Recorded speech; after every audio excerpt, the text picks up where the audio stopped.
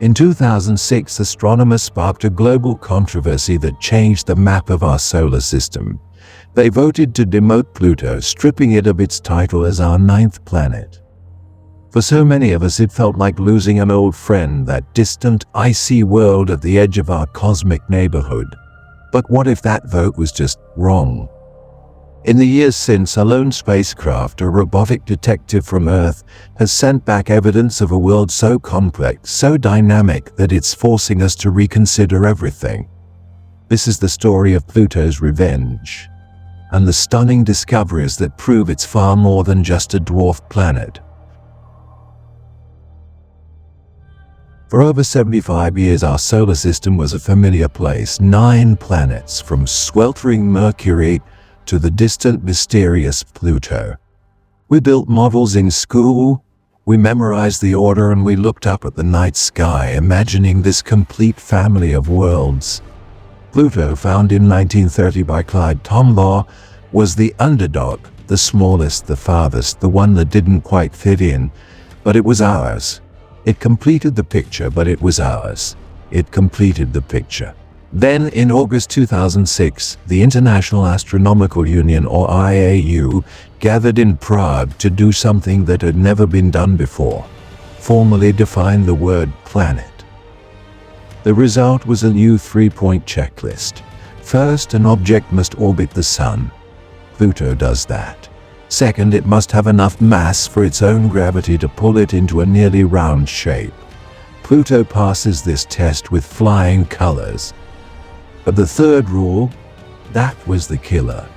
A planet must have cleared the neighborhood around its orbit, meaning it has to be the gravitational bully, sweeping most other objects out of its path. This is where Pluto failed.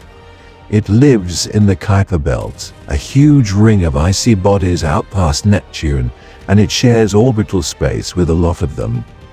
Because of this, Pluto was demoted. It was handed the new and frankly insulting title of dwarf planet. The decision was immediately and intensely controversial. For one thing, the vote itself was a mess. Only 424 of the thousands of IAU members were even there to cast a ballot, a tiny fraction of the world's astronomers. Many planetary scientists were outraged, arguing the definition was flawed and unscientific. Alan Stern, the leader of NASA's mission to Pluto, called it embarrassing for astronomy. He argued that under this new rule, even Earth wouldn't be a planet if it happened to be in a more crowded part of the solar system. The public outcry was just as loud.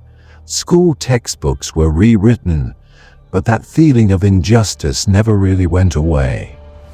The word Plutoed, meaning to devalue or demote something, was even voted Word of the Year. While the debate raged on Earth, a silent hero was already hurtling through space on a 9.5-year, 3-billion-mile journey to find the truth.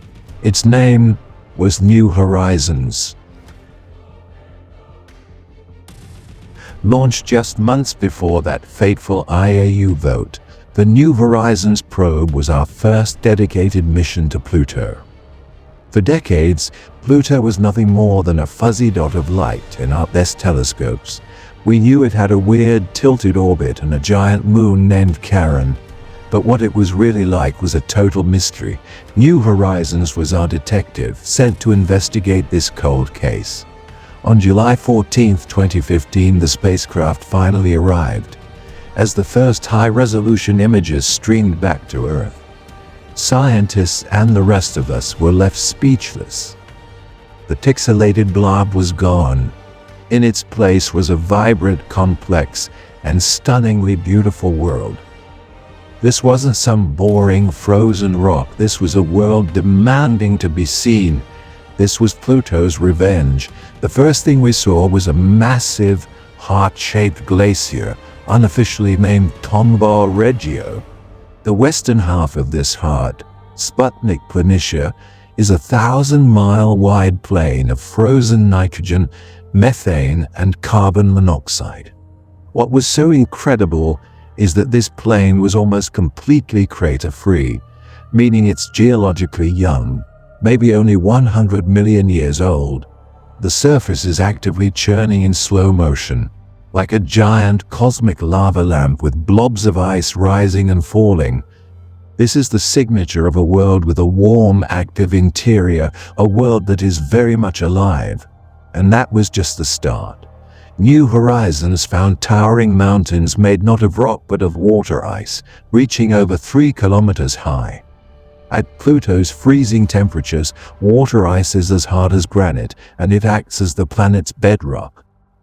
These huge mountain ranges like the Tenzing Montes are literally floating on top of the nitrogen glaciers. The probe also spotted what looked like cryovolcanoes, ice volcanoes. Features like the enormous Reitmond seem to have erupted not with molten rock but with a slushy mix of water and ammonia from deep beneath the surface. Finding active geology on such a small cold world so far from the sun completely blew away our expectations. There was more. Pluto has a thin but surprisingly complex atmosphere made mostly of nitrogen, just like Earth's. It's surrounded by layers of blue haze that stretch high above the surface. In fact, data from the James Webb Space Telescope has recently confirmed a theory that this haze acts like a thermostat, controlling Pluto's atmospheric temperature and making it unique in our solar system. This atmosphere isn't static. It expands when Pluto swings closer to the Sun in its long 248-year orbit, and collapses as it moves away. And maybe the biggest surprise of all is the strong evidence for a subsurface liquid water ocean. The way Pluto's crust has cracked and stretched suggests that beneath its frozen shell lies a huge ocean of liquid water, kept from freezing by heat from the planet's rocky core. A liquid water ocean. Those words alone make you wonder about the possibility of life. Pluto even commands its own mini-solar system. It has 5 moons. The largest, Charon, is so big, about half Pluto's size, that they orbit a point in space between them, making them a true binary system. The other 4 moons, Styx, Nix, Kerberos, and Hydra, tumble chaotically in their orbits, unlike any other moons we know of. Pluto revealed itself to be a world of stunning complexity. It has active geology, an atmosphere with weather, floating mountains, ice volcanoes, a potential ocean, and a family of moons. It has all the features of a planet. The pictures from New Horizons didn't just give us a beautiful new portrait of Pluto. They poured gasoline on the fire of the planet debate. The IAU's definition based on where an object is completely ignores what it is. It doesn't care if a world has mountains, oceans, or an atmosphere. It only cares about its address and whether it has kicked out its neighbors. This has led many planetary scientists to push for a different idea, the geophysical planet definition. This definition is simple. It says a planet is any world in space big enough for its own gravity to make it round, but not so big that it catches fire and becomes a star. It's a definition based on geology, not location. Under this definition, Pluto is absolutely a planet. So are other dwarf planets like Eris and Ceres. Even big moons like Titan and our own moon would be considered planetary bodies. Scientists who back this definition say it's just more useful. It groups objects with similar physical traits, like active geology and complex atmospheres, together, which makes a lot more sense for studying them. The IAU's attempt to force one narrow definition on everyone was, in the eyes of many, a mistake. The debate is far from over. The IAU's official definition still stands, the product of that one controversial vote years ago. But the science has moved on.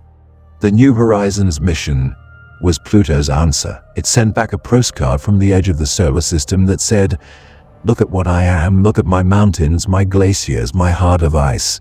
Now tell me I'm not a planet."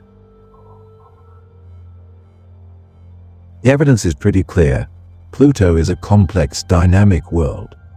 The real question now is about how we define the word planet. Should it be about an object's location or about its own inherent complexity? What do you think? Does Pluto deserve its planet title back? Let us know in the comments. The story of Pluto is a fantastic reminder that science isn't just a book of facts. It's a process of discovery. The labels we create are just tools to help us make sense of the universe. And sometimes the universe shows us something that just won't fit in our neat little boxes. Pluto, the so-called dwarf planet, has shown us that small worlds on the cold, dark edge of everything can be just as magnificent and mysterious as the giants closer to the sun. While its official status is still up for debate, the scientific truth is hard to deny. Pluto is a world of breathtaking complexity and unexpected energy. Its revenge wasn't loud or angry but quiet and irrefutable, delivered through stunning images from a lone spacecraft 3 billion miles from home. It forced us all to look again, to think again, and to wonder again. In doing so, Pluto cemented its legacy not as a demoted planet but as a world that blew our definition of planet wide open.